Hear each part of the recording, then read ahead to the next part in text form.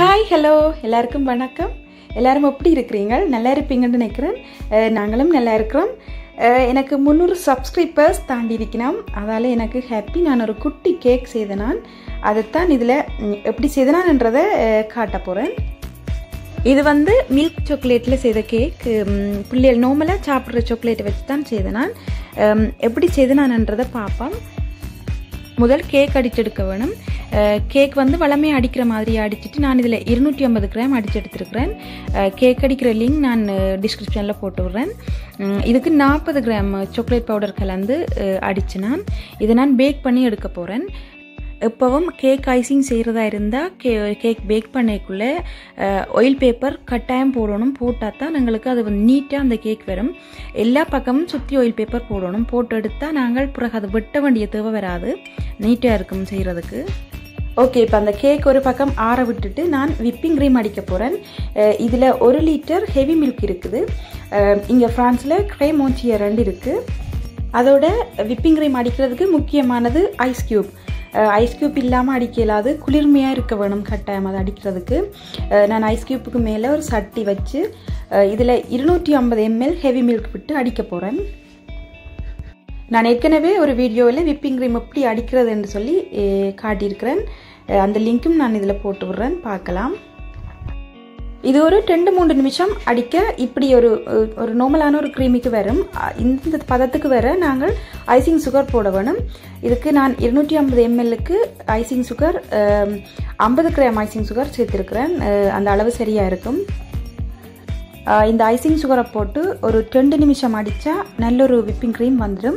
அதுக்கு மேலே அடிக்க தேவையில்லை நார்மலாக. ஓகே, நல்ல ஒரு விப்பிங் க்ரீம் கிடச்சிட்டு நான் இப்போ இதை ஃப்ரிட்ஜில் வைக்க போகிறேன். வச்சுட்டு இப்போ அடுத்ததாக வந்து அந்த மில்க் சாக்லேட்டை வச்சு அந்த சாக்லேட் க்ரீமி செய்ய போகிறேன். இது வந்து பிளாக் சாக்லேட் இல்லை, நார்மலாக சாப்பிட்ற மில்க் சாக்லேட் தான். அதையும் ஹெவி மில்க்கையும் வச்சு நான் ஒரு க்ரீமி ரெடி பண்ண போகிறேன். இதில் வந்து 250 கிராம் மில்க் சாக்லேட் எடுத்துருக்கிறேன். அதோட 200 ml ஹெவி மில்க்கும் எடுத்துருக்கிறேன். ரெண்டும் அந்த அளவு சரியாக இருக்கும். இந்த ஹெவி மில்கை முதல் அடுப்பில் மெல்லிய சூட்டில் வச்சு இப்படி ஒரு கொதி வரும் வரைக்கும் கொதிக்க விட்டுட்டு அடுப்பை நிப்பாட்டிட்டு அந்த சாக்லேட்டை இதுக்குள்ளே போட்டு அந்த சூட்லேயே அந்த சாக்லேட் உருகும். இப்படி கரண்டியால் கிளறி ஒரு க்ரீமி பதத்துக்கு அதை ரெடி பண்ண வேணும். இப்போ இந்த சாக்லேட் க்ரீம் ஓகே ஆகிட்டு இப்போ நான் இதை ஒரு 20-25 நிமிஷம் ஆற விட வேணும். அதை ஒரு பக்கம் வச்சுட்டு நான் இனி கேக் வெட்டி இதுக்கு விப்பிங் க்ரீம் பூசி இதை மேலே எப்படி ஊற்றி செய்கிறேன்றதை வீடியோ பார்த்தா தெரியும்.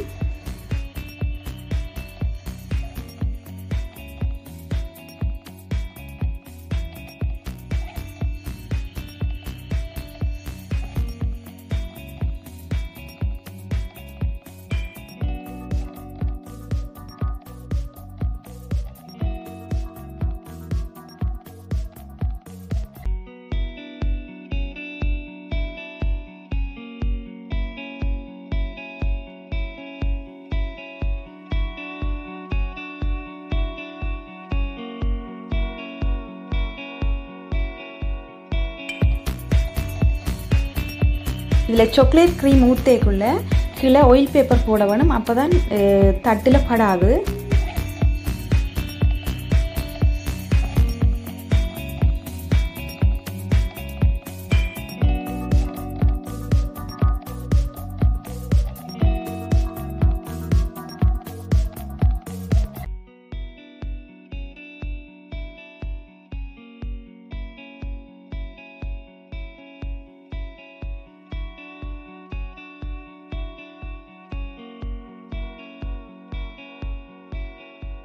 ஓகே, அந்த சாக்லேட் க்ரீம் ஊற்றி நான் கேக்கை நார்மலாக நீட் பண்ணி எடுத்துட்டேன். இப்போ இந்த எழுத்தும் நம்பரும் நான் சாக்லேட்டில் தான் செய்தேன். அதுவும் ஒயிட் சாக்லேட்டில் அதை உருக்கி நான் எழுதி போட்டு ஃப்ரிட்ஜில் வச்சு எடுத்தேன். நான் ஏற்கனவே சாக்லேட் ஃப்ளவர் செய்து காட்டியிருக்கிறேன். அதுபோல தான் இதுவும் செய்து எடுத்தேன். நான் சாக்லேட் கேக் செய்து இப்படி எழுதுறதுக்கு நீட்டாக வராதுன்னு கவலைப்படுறவ இப்படி சாக்லேட்டில் எழுதி ஃப்ரிட்ஜுக்குள்ளே வச்சு எடுத்து இப்படி வைக்கக்குள்ளே நீட்டாக இருக்கும். பார்க்கவும் அது செய்கிறதுக்கும் ஈஸி.